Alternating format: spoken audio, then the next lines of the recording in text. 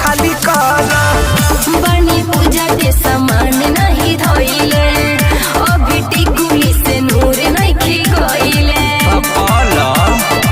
जिद जनी ठाना बतिया के माना जिद जनी ठाना बतिया के माना हो बल सवारबो जलावा शिवलावा पढ़रबो के खाली हमसे झगड़े करबो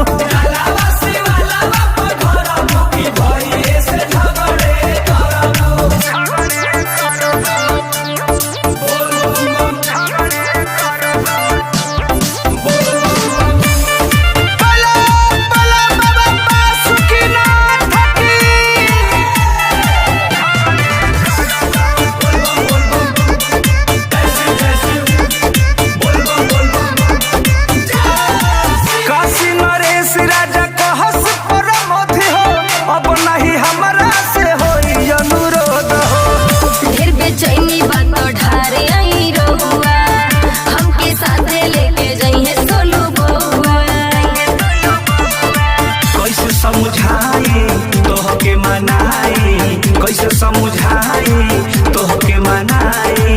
लग जाई जामना संभारबो जलावा शिवलावा पढ़रबो कि खाली हमसे झगड़े करबो जलावा शिवलावा पढ़रबो कि भइए से झगड़े करबो खाली लड़बे करबो कि चलबो।